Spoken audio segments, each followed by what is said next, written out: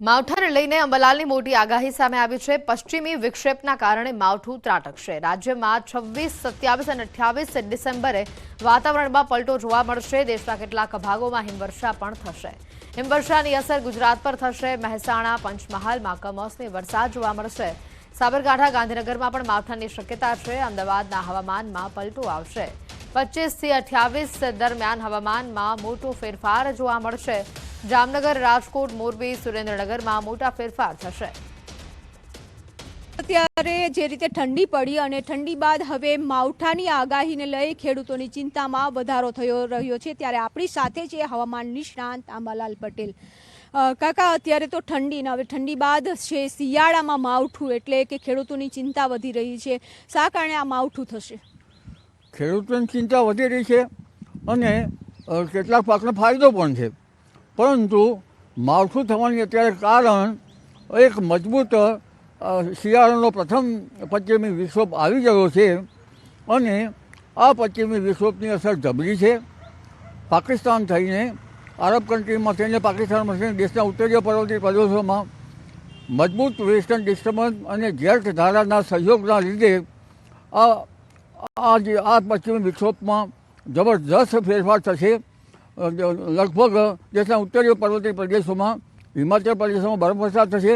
લેન્ડસ્લાઇડથી સાચવવું રહ્યું। ઉપરાંત જમ્મુ કાશ્મીર, હરિયાણા, પંજાબ, રાજસ્થાન, મધ્યપ્રદેશ, યુપી, પૂર્વ યુપીના છેક ભાગોમાં પણ ભારે પવનના તોફાનો, કરા અને કેટલાક ભાગમાં ગાજવીજ સાથે વરસાદ થવાની શક્યતા રહેશે, જેની સીધી અસર ગુજરાત ઉપર થશે। રાજસ્થાનના સંલગ્ન ભાગો અને લગભગ કચ્છના થોડા ભાગોમાં કમોસમી વરસાદની શક્યતા રહેશે, જેમાં ગુજરાતના ભાગોમાં મહેસાણાના ભાગો ઉપરાંત લગભગ એના એડજોઇનિંગ ભાગો તેમજ પંચમહાલના ભાગો, પૂર્વ ગુજરાતના ભાગોમાં કમોસમી વરસાદ થવાની શક્યતા રહેશે। મહેસાણા, પંચમહાલ, સાબરકાંઠા ઉપરાંત તેની અસર છે ગાંધીનગરના ભાગો સુધી પણ થવાની શક્યતા રહેશે।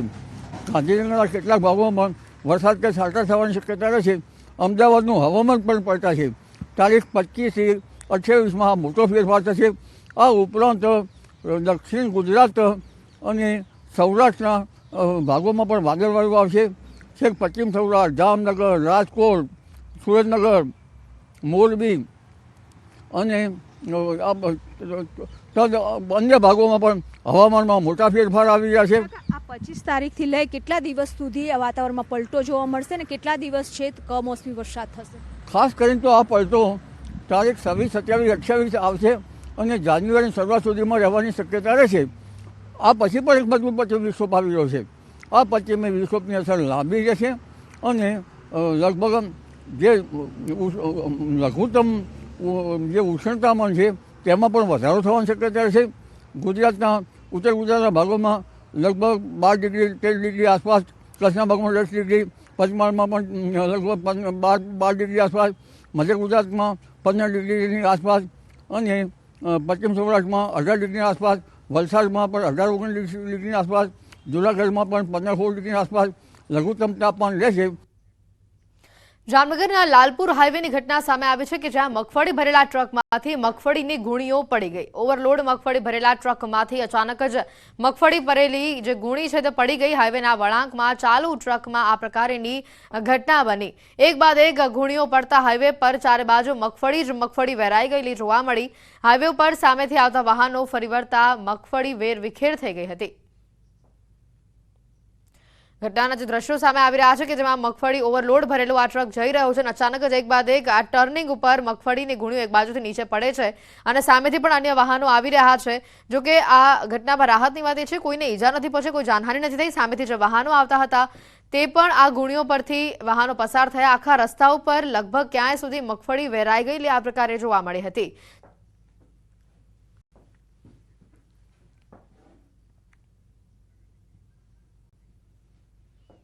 સુરેન્દ્રનગરથી સમાચાર છે કે જ્યાં જર્જરિત ટાંકી તોડી પાડવામાં આવી 60 વર્ષ જૂની ટાંકી તંત્રએ ક્રેન દ્વારા તોડી પાડી. સુરેન્દ્રનગર બાલા હનુમાન રોડ ઉપર આવેલા પાણીની ટાંકી જર્જરિત થતા તંત્ર દ્વારા તેને તોડી પાડવામાં આવી. સુરેન્દ્રનગર શહેરી વિસ્તારમાં પાણી પહોંચાડતી પાણીની ટાંકી પાલિકા તંત્ર દ્વારા તોડી નાખવામાં આવી. અંદાજે 20 લાખ લીટરની ક્ષમતા ધરાવતી પાણીની ટાંકી તોડી પાડવામાં આવી હતી. નવી ટાંકી બનાવતા વર્ષો જૂની પાણીની ટાંકી તોડી પાડવામાં આવી.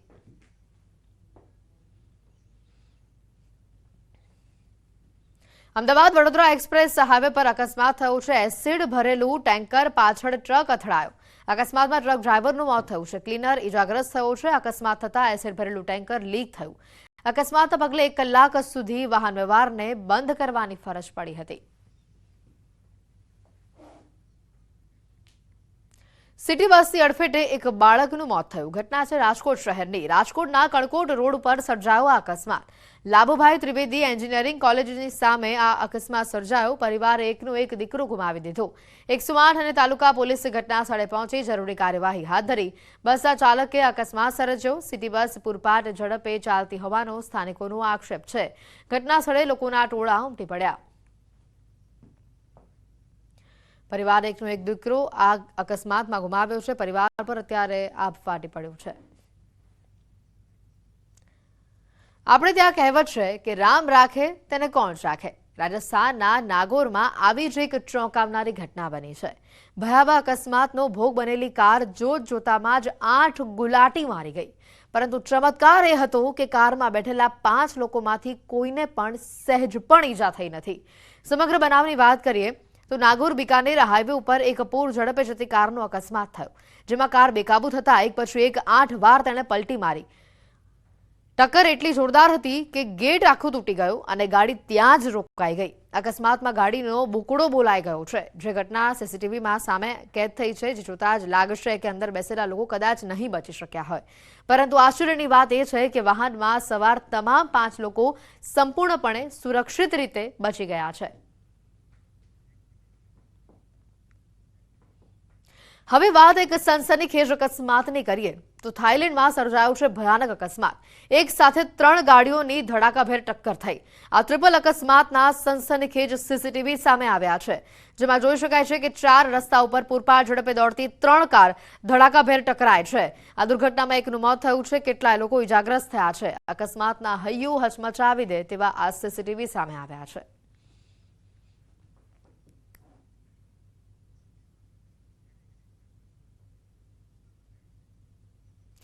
ગઈકાલે બનેલી અમદાવાદના પાર્સલ બોમ્બ મામલે એક મોટો ખુલાસો હવે સામે આવી રહ્યો છે. આરોપી ઘરે જ બોમ્બ બનાવતો હતો. બોમ્બ બ્લાસ્ટ કેસના મુખ્ય આરોપી રૂપેણ બારોટની ધરપકડ થઈ ચૂકી છે. બોમ્બ બનાવવામાં મદદ કરનાર રોહન રાવલની પણ ધરપકડ કરવામાં આવી છે. આરોપી પાસેથી 2 તૈયાર પાર્સલ બોમ્બ મળી આવ્યા છે. આરોપી પાસેથી એક તમંચો, 5 જેવતા કારતૂસ પણ મળ્યા છે. અત્યાર સુધીના કેસમાં 4 આરોપીઓની ધરપકડ કરવામાં આવી છે. બોમ્બ બનાવી પાર્સલમાં પેક કરી અન્ય વ્યક્તિને ડિલિવરી માટે મોકલ્યા હતા. ગઈકાલે જે પાર્સલ જેણે ડિલિવર્ડ કર્યું હતું એ ગૌરવ ગઢવી નામનો વ્યક્તિ કે જેને પકડી લેવામાં આવેલ, ગઈકાલે જે સ્થળ ઉપરથી જે પકડાઈ ગયેલ હતો, એ પછી અમારી જે ટીમ છે, જે સાબરમતી પોલીસ સ્ટેશનની ટીમ, મારી એલસીબીની સ્ક્વોડ, વિવિધ ટીમો બનાવી અને જે મેઇન સૂત્રધાર છે આખા ગુનાનો, જે રૂપેન બારોટ અથવા એ નામ લખે છે રૂપેન રાવ, અને બીજું જે નામ છે એ રોકી ઉર્ફે રોહન રાવળ, એ બંને જે બેયના મુખ્ય આરોપી હતા એને પકડવા માટે જુદી જુદી ટીમો બનાવી અને એ ટીમ બનાવી અને એને પકડવા માટે કાર્યવાહી કરતા ગઈકાલે રાતે એ આપણને બંનેને પકડી લીધેલા છે. જ્યારે એમને પકડવામાં આવ્યા ત્યારે એમની પાસે એક કાર હતી અને કારની અંદર 2 જીવતા બોમ્બ તથા એક એમની પાસેથી દેશી તમંચો, જે હાથ બનાવટનો, જે રીપેને જાતે બનાવેલો હતો. બંને બોમ્બ પણ જાતે બનાવેલા હતા. બોમ્બ બંને લાઈવ હતા અને એ BDDS અને FSLની ટીમની મદદથી 3 કલાક જેટલી મહેનત બાદ આ લાઈવ બોમ્બને અમે એને નિષ્ક્રિય કરેલ છે અને બંનેની ધરપકડ કરેલ છે. રાજકોટમાં પેન્ડા ગેંગના સાગરીતોએ કરેલા હુમલાના સીસીટીવી સામે આવ્યા છે. કોઠારિયા રોડ નજીક સાગરીતોએ આતંક મચાવ્યો હતો. પોલીસમેન ભરત ગઢવીના હત્યા કેસના સાક્ષીના ભાઈ ઉપર હુમલો કરવામાં આવ્યો. રમેશ ગજેરા સહિત 3 શખ્સો પર છરી વડે હુમલો કરવામાં આવ્યો. સમગ્ર મામલે ભક્તિનગર પોલીસ દ્વારા ગુનો દાખલ કરવામાં આવ્યો છે. 3 દિવસ પહેલા બનેલી ઘટનાના સીસીટીવી સામે આવ્યા છે. તો આ તરફ આતંક મચાવનારી પેન્ડા ગેંગનો ભોગ બનેલા પરિવારજનો સામે આવ્યા છે. તેઓએ આક્ષેપ મૂક્યો છે કે આરોપીઓને પોલીસ છાવરી રહી છે.